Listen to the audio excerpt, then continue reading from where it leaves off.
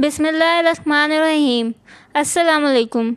आज आप सबके साथ जेम स्कूल सिस्टम का इंग्लिश का यूनिट नंबर 1 का lesson number 2 cat bath share कर रहे हैं। ये एक पोएम है जिसका थीम है this poem has been written by Aileen Fisher. In this poem she describes the way her cat washes her self.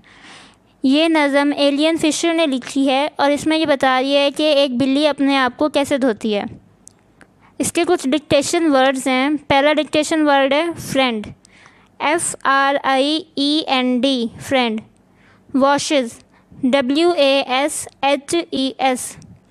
Pause, PAWS। Think, THINK। Better, BETTER। Soap, SOAP। Towel, TOWEL, towel. Tongue, TONGUE, tongue. Words meaning है कुछ आपके साथ share करें। पहला word है परी। इसका mean है कंफर्टेबल। उर्दू में इसका मतलब होता है पुरसुकून। पॉज, एन एनिमल्स फुट, यानी कि एक जानवर का पंजा। Claws, a curved pointed nail, नोकीला पंजा, किसी जानवर का नोकीला पंजा। स्प्लैश, इसका मतलब है स्पैटर, पानी या कीचड़ का छींटा। अब आप सबके साथ कुछ वोकैबुलरी वर्ड्स शेयर कर रहे हैं। पहला वर्ड है अराइव। इसका इंग्लिश में मीनिंग है टू कम और अराइव का सिनोनिम है रीच। उर्दू में मतलब है इसका पहुंचना। जैसे आप लोग स्कूल के लिए घर से निकलते हैं अपने पेरेंट्स के साथ और फिर स्कूल पहुंच जाते हैं। दूसरा वर्ड है साइट। इसका मीनिंग है व्यू और साइट का सिनोनिम है सीन। उर्दू में इसका मीनिंग है मंज़र।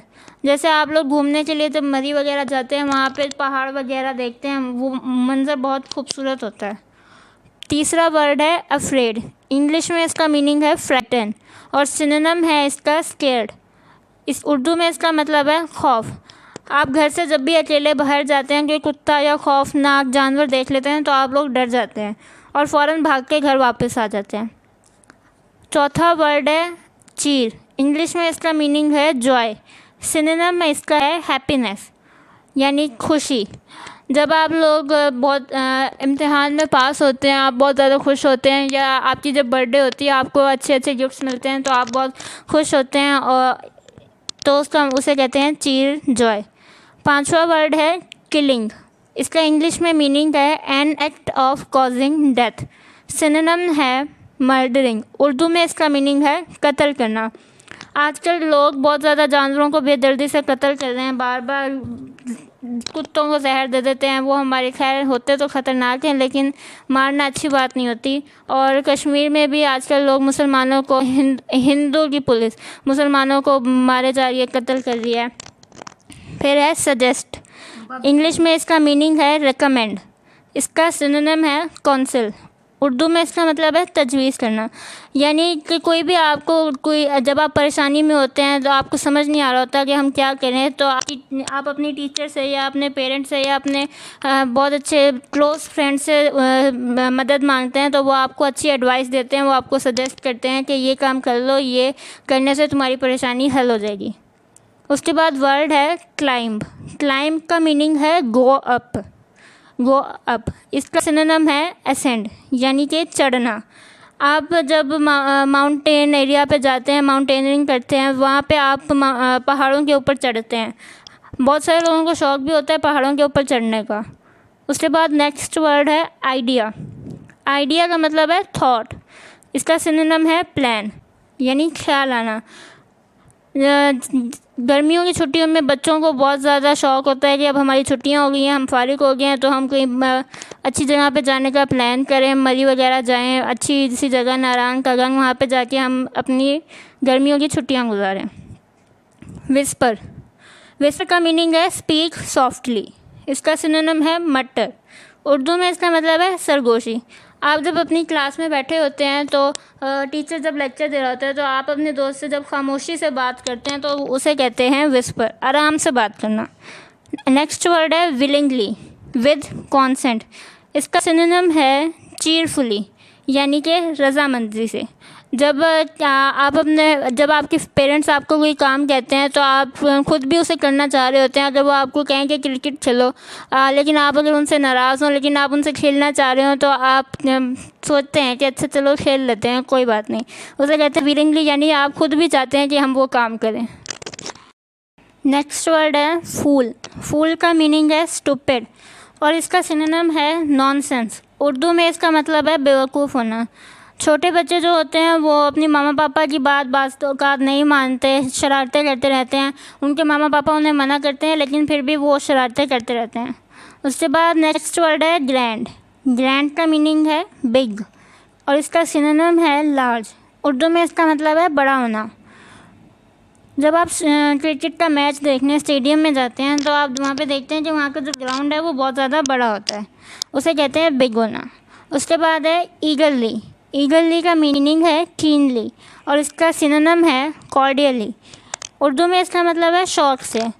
बहुत सारे बच्चों को पेंटिंग करने का शौक़ होता है और वो पेंटिंग बहुत अच्छी बनाते हैं। इसका मतलब है जिस चीज़ में आपका शौक़ होता है वो चीज़ आप बहुत अच्छे से कर लेते हैं। नेक्स्ट वर्ड है लुक्ड। इसका मीनिंग है वॉच्ड। इसका सिनोनिम है ग्लैंस्ड।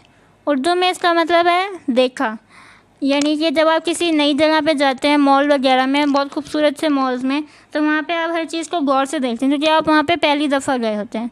उसके बाद नेक्स्ट वर्ड है अनरैप्ड। इसका मीनिंग है ओपनड। इसका सिनोनिम है अनरोल। उर्दू में इसका मतलब है खोला। यानी बहुत सारे बच्चे ऐसे होते हैं जो शाम के टाइम अपने मामा पापा से ज़िद करते हैं कि हमें बाहर लेके जाएं, हमने चीज़ खानी है, तो वो उन्हें शॉप पे लेके जाते हैं। वहाँ पे वो अपनी मर्ज़ी की चीज़ ले लेते हैं और वहाँ पे जब वो अपनी मर्ज़ी की चीज़ लेते हैं, यानी कोई स्लांटी होगी बोतल, जो भी उन्होंने लेना, तो जब वो उस चीज़ को खोलते हैं, ये फॉर एग्जांपल कि उन्होंने स्लांटी लिया, तो स्लांटी के पैकेट को जब वो खोलेंगे तो उसे अनरैप्ड करना कहते हैं, यानी कि पैकेट खुल जाए। उसके बाद नेक्स्ट वर्ड है स्प्लैश। स्प्लैश का मीनिंग है स्पेटर और इसका सिनोनिम है स्प्रे। उर्दू में इसका मीनिंग है छींटा। जो लोग गांव वगैरह में रहते हैं वहाँ पे जब भैंसें नहाने के लिए जाती हैं और जब नहा के वो वापस आती हैं तो वो अपने जिस्म को हिलाती हैं। जब वो अपने जिस्म को हिलाती हैं तो उनके जिस्म से जो पानी वो जब नहा रही होती हैं, उनके जो छींटे उनके जिस्म पे रह रहे होते हैं वो निकल जाते हैं और जब वो छींटे बाहर निकल रहे होते हैं उन छींटों को स्प्लैश कहते हैं। उसके बाद नेक्स्ट वर्ड है इनचॉर्स। इनचॉर्स का मतलब है ग्रुप और इसका सिनोनिम है चॉयर, यानी इकट्ठे। बहुत सारी फैमिलीज इकट्ठे रहती हैं और फिर कभी कभार वो प्लान भी करते हैं कि हम कहीं इकट्ठे बाहर चलते हैं, घूमते हैं, ईद वगैरह पे ख़ास तौर पे। उसके बाद है प्लीज्ड। प्लीज्ड का मीनिंग है डिलाइटेड और इसका सिनोनिम है जॉयड। उर्दू में इसका मतलब है खुश हुआ। बहुत सारे बच्चे ऐसे होते हैं जो ईद से ज़्यादा ईदी के लिए खुश होते हैं कि ईद आ रही है, अब हमें ईदी मिलेगी और हम अब कहीं बाहर खाने जाएंगे। इसके बाद नेक्स्ट वर्ड है अप्लॉज। इसका मीनिंग है appreciation on by clapping. Synonym है इसका क्लैपिंग। उर्दू में इसका मतलब है तारीफ़ करना। यानी कि आपने कोई अच्छा काम किया है और उसके बाद आपकी तारीफ़ की जा रही है और आपके लिए तालियां भी बजाई जा रही हैं। यानी जैसे आप किसी बूढ़े शख्स की मदद करते हैं तो उसके बाद वो आपको दुआएं भी देता है और फिर घर आके जब आप अपने पेरेंट्स को बताते हैं वो भी आपसे खुश होते हैं। और क्लास में जब आप कोई अच्छा काम करते हैं तो टीचर आपके लिए बाकी सारे स्टूडेंट्स से क्लैपिंग भी करवाती हैं। और उसके बाद नेक्स्ट वर्ड है अशेम्ड। इसका मतलब है एम्बेरस्ड और इसका सिनोनिम है ह्यूमिलिएटेड। उर्दू में मतलब है शर्मिंदा होना। जब आप अपने पेपर्स में फ़ेल हो जाते हैं तो आप बहुत ज़्यादा शर्मिंदा होते हैं कि मतलब मैंने शायद इतनी मेहनत नहीं की जो मैं फ़ेल हो गया, अब मुझे घर जाके डांट भी पड़ेगी। कोई ऐसा गलत काम जिसके ऊपर आपको शर्मिंदगी महसूस हो रही हो उसे कहते हैं अशेम्ड।